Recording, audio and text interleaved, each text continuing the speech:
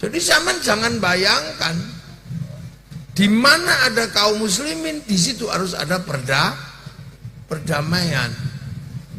Makanya semakin dunia itu damai, maka konsep mati syahid perang melawan orang kafir ini semakin tertutup. Apalagi Indonesia. Indonesia ini konsep menanamkan perdamaian kaum muslimin dan yang lain.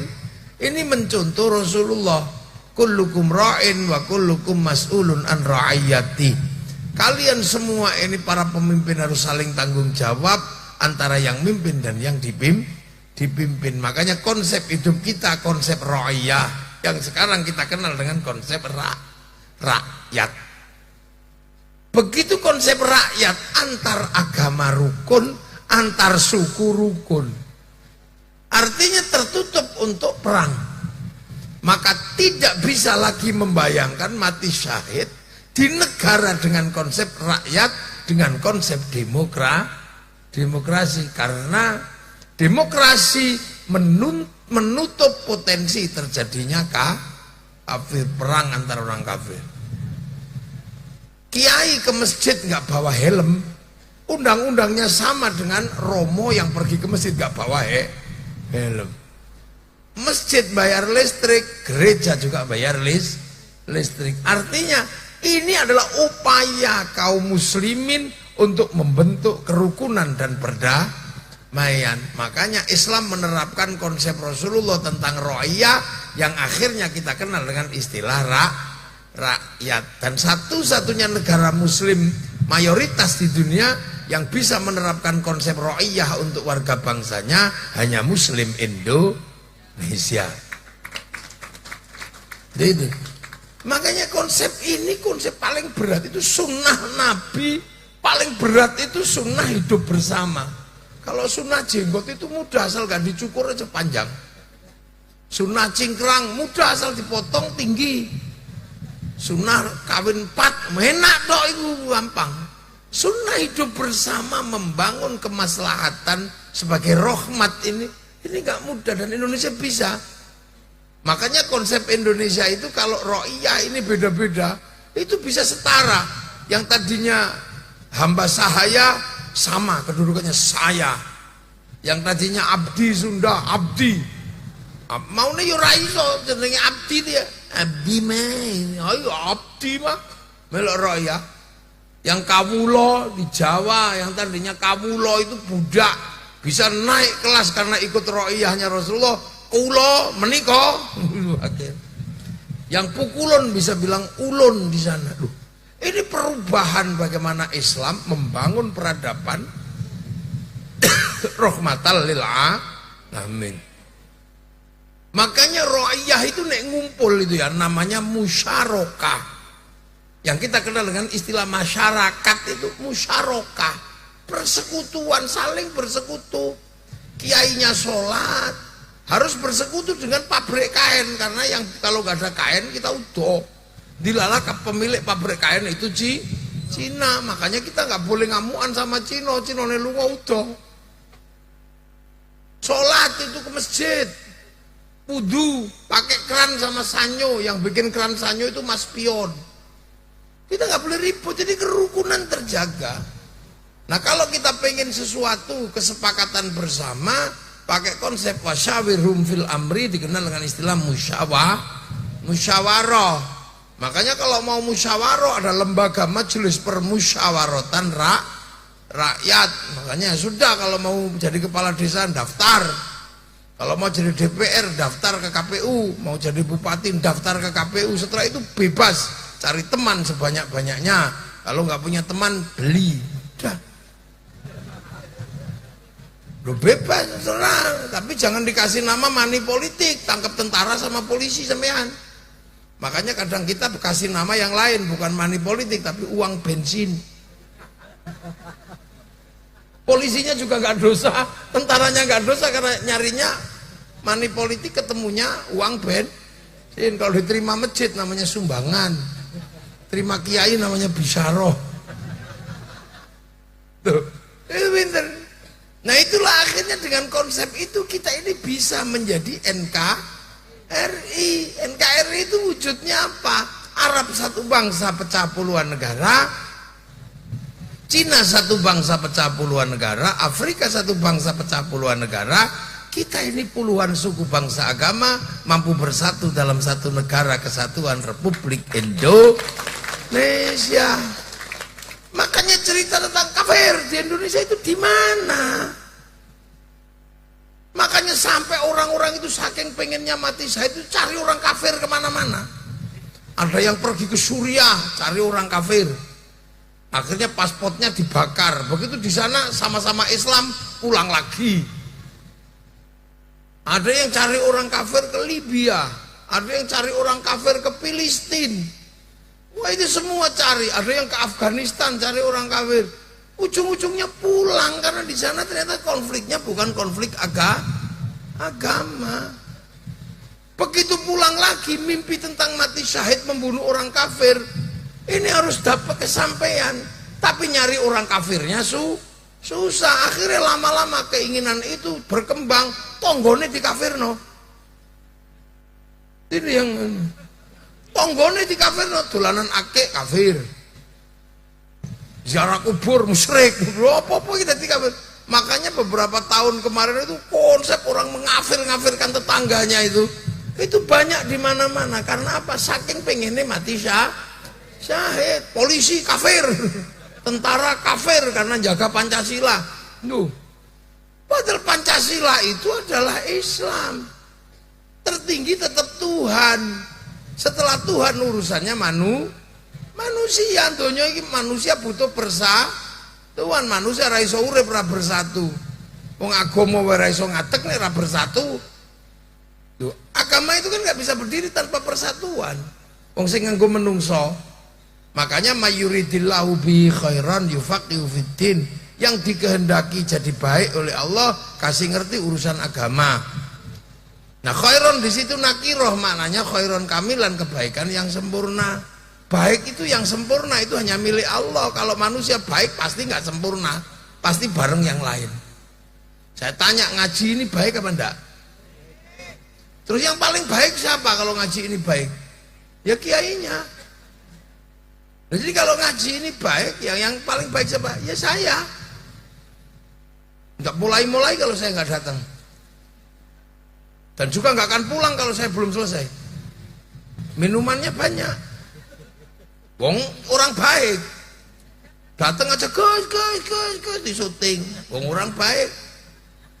Oh iya kan? Tapi saya nggak boleh ngaku paling baik loh di sini. Karena saya terlihat baik di sini, diundang sama Dokter Ludi. Kalau nggak diundang, ya saya nggak di sini. Nah kalau sudah gitu, baik saya apa baik Dokter Ludi? Ya nggak bisa, saya nggak datang, Dokter Ludinya jelek pengajiannya karena saya nggak ada. Itu baik baru 2 udah kelahi itu saya sama Dokter Ludi. Apalagi sampai yang di situ ikut-ikutan ya. Apa? Jangan minum. Orang minum enggak deh. Jadi ini nggak akan saya minum, sampai nggak minum. Jadi tadi lali aku. Kandi mau gitu. Jadi baik itu antara saya sama Dokter Ludi sudah masalah, bisa ribut. Apalagi sampean ikut-ikutan. Yang baik ya kami kiai. Nah kok iso? Kami mau datang. Nah coba kalau nggak ada orang datang di sini, apa ini namanya pengajian? Ya enggak, cek sound. Jadi baik itu nggak pernah berdiri sendiri. Coba terus tukang soundnya bilang yang paling baik saya kiai. Lah kenapa? Soundnya tak matiin bubar. Padahal kata Dokter Ludi lah, kalau kamu matiin nggak tak bayar sound. Ya sama aja. Kata tukang tendanya yang baik ya saya kiai, tak pasangi tenda. Kalau hujan nggak lari. Padahal yang suka pasang tenda ini biasanya sholatnya juga nggak terlalu rajin. Loh, baik itu nggak pernah berdiri sendiri, makanya manusia itu butuh persatuan. Nah, persatuan itu nggak mungkin ada tanpa konsep kebersamaan, kesetaraan. Nah, orang setara, beda suku, beda agama itu ro'iyah. Makanya terjadi persatuan karena orang menjunjung tinggi persamaan. Makanya topangannya kerakyatan. Kerakyatan nggak mungkin ada kalau orang hatinya kotor. Hatinya tidak bisa menghargai orang. Hati yang jauh dari Tuhan, hati yang tidak bisa menghargai orang. Nah, hati yang penuh nilai ketuhanan itu hati yang penuh hikmah. Makanya kerakyatan hanya bisa dipimpin oleh hikmah. Dan orang nggak bisa kemudian kalau sudah jadi pemimpin ngurusi daerahnya tok. Bupati Indramayu misalnya asalnya dari kecamatan apa tadi?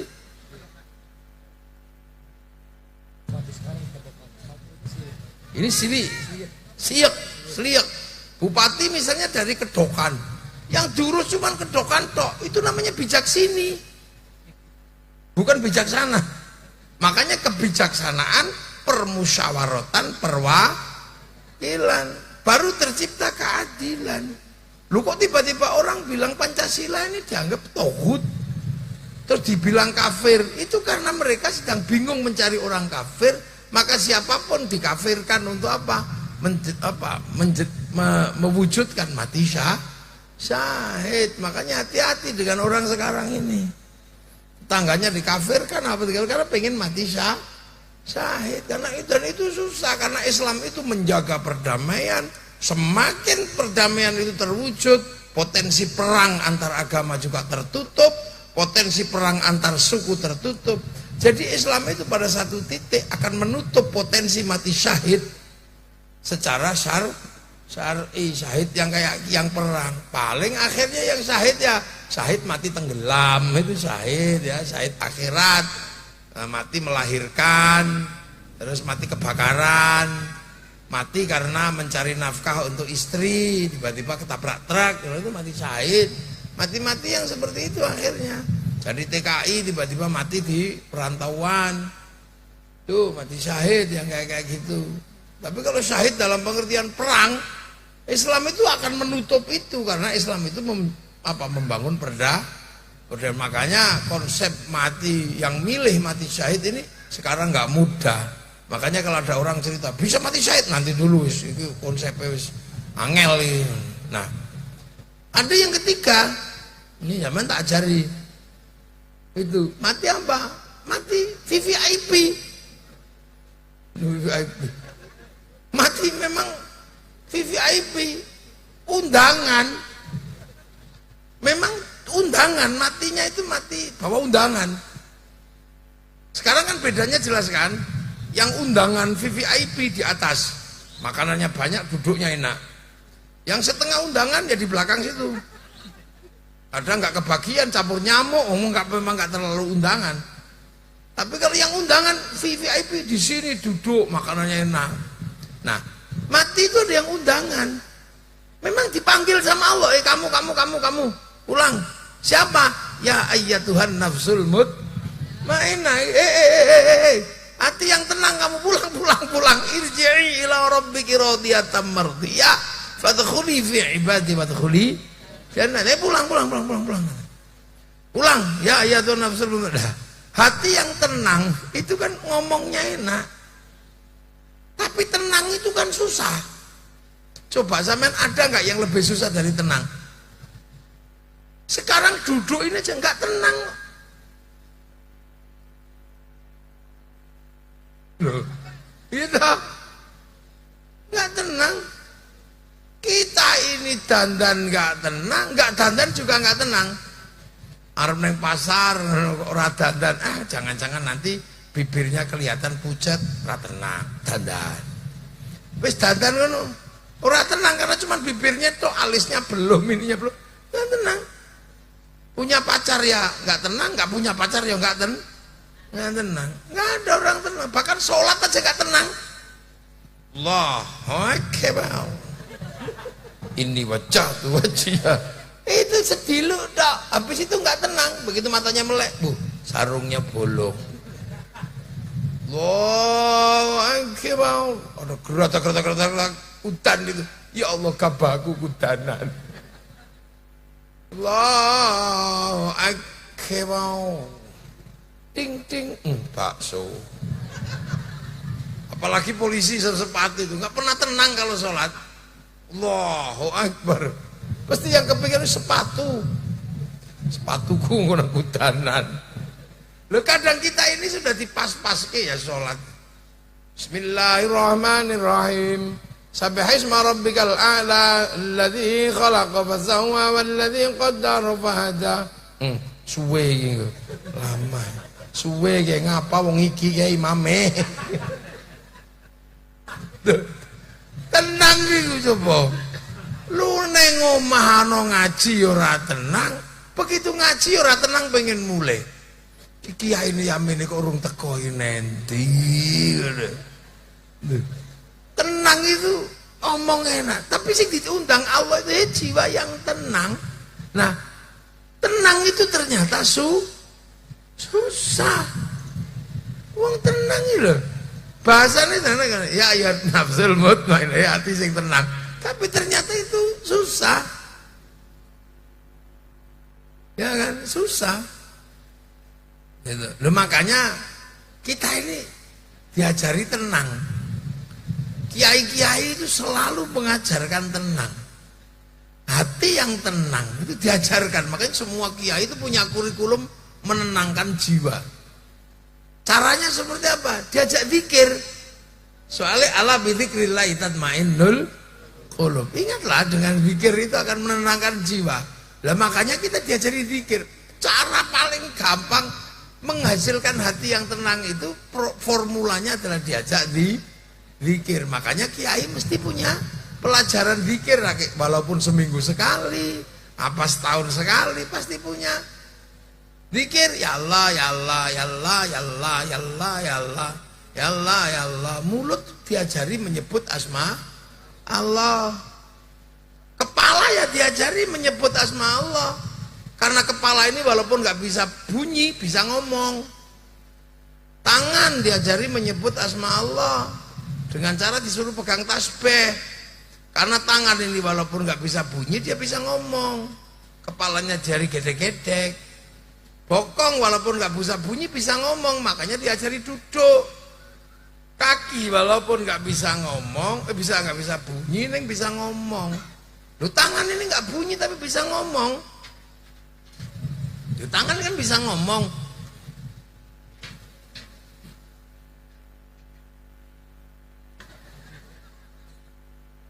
Ini omongannya tangan. Iya kan? Bisa ngomong kan tangan. Jadi tangan ini nggak bunyi tapi ngomong.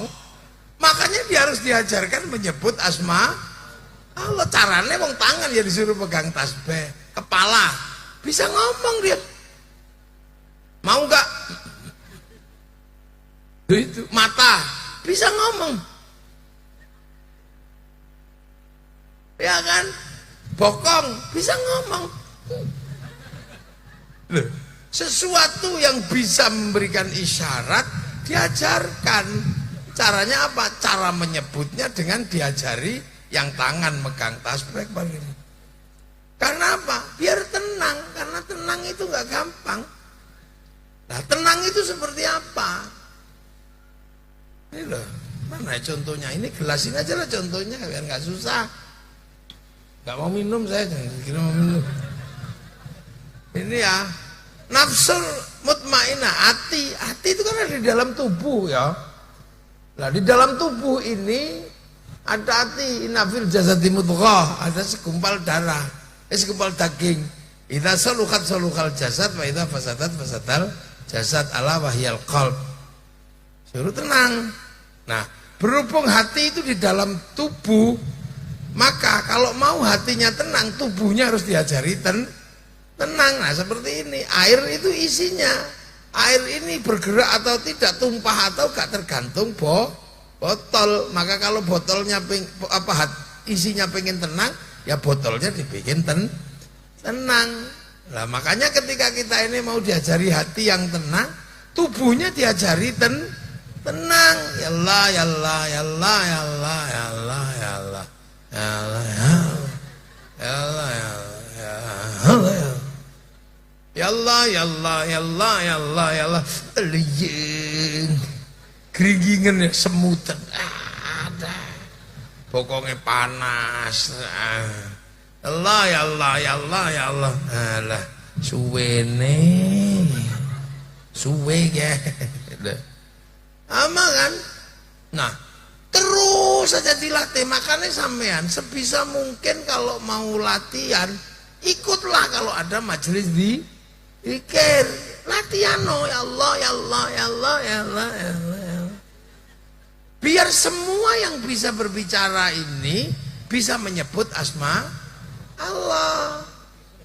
Karena ya ayyatuhan nafsul mutmainnah irji'i ila rabbiki, ayo pulang kepada Allah, balik nang Allah. Sebelum kita pulang beneran, kita belajar mengembalikan semua kepada Allah. Kepalanya kejedot, masya Allah. Tangan pegang panas, subhanallah. Pecak telek, masya Allah. Dengar suami ngorok, alhamdulillah. Tanpa tak tengok masih hidup, saya tahu. Jadi kembali kepada Allah. Sebelum kembali beneran, ayo latihan semua dikembalikan kepada Allah. Makanya latihan zikir itu latihan mengembalikan kepada Allah. Sebelum balik tenanan.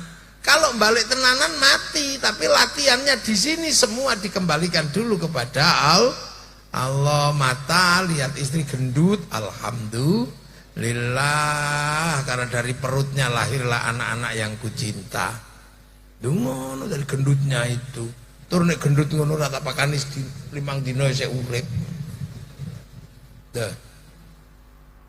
Fadkhuli fi apa? Irji'i ila rabbiki radiyatan. Akhirnya kita belajar ridho.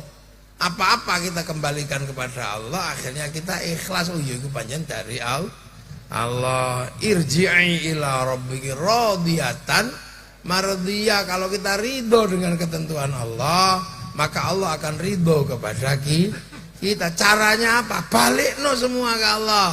Balik aja cari pangeran. Alah, saya pangeran Allah. Tangnya akeh ya Allah, ya Allah. Nah, itu kan butuh latihan. Ya Allah, ya Allah, ya Allah, ya Allah, ya Allah, ya Allah. Tangannya megang tasbih ya Allah, ya Allah, ya Allah, ya Allah. Matanya melek ya Allah, ya Allah, ya Allah, ya Allah. Kupingnya dikasih son ya Allah, ya Allah, ya Allah. Maka manusia diajari latihan itu. Makanya itu sebenarnya latihan dasar menyongsong VIP itu. La fadkhuli fi ibadi. Ayo dilebokno masuk di dalam golongan hamba-hamba Allah. Jadi mlebu swarga itu rombongan, nggak bisa sendiri. Fadkhuli fi ibadi, masuklah ke dalam hamba-hambaku yang sudah ridho. Makanya sebelum kita dikumpulkan, kita di sini latihan berusaha pengen ngumpul. Makanya kalau ada khol, kiai siapa kita datang. Itu dalam rangka berusaha pengen ngumpul, karena nanti orang juga dikumpul kita itu. Kita pergi ziarah kubur para wali. Itu di dunia saja kita sudah belajar pengen menjadi rombongan. Makanya sekali-sekali kalau ziarah wali, datang ziarah wali Songo. Untuk apa? Ada buktinya kalau kita ini pengen ngumpul, meneng ene umah. Maghriban di masjid jamaah, ada bukti bahwa kita ini pengen ngumpul bareng sama kiai. Waktunya Jumatan kiai khutbah kita datang, ada buktinya kalau kita ini belajar ngumpul. Jadi besok kalau di sana, lupa aku udah dikumpulkan di situ. Oh, kamu di dunia nggak pernah berusaha ngumpul.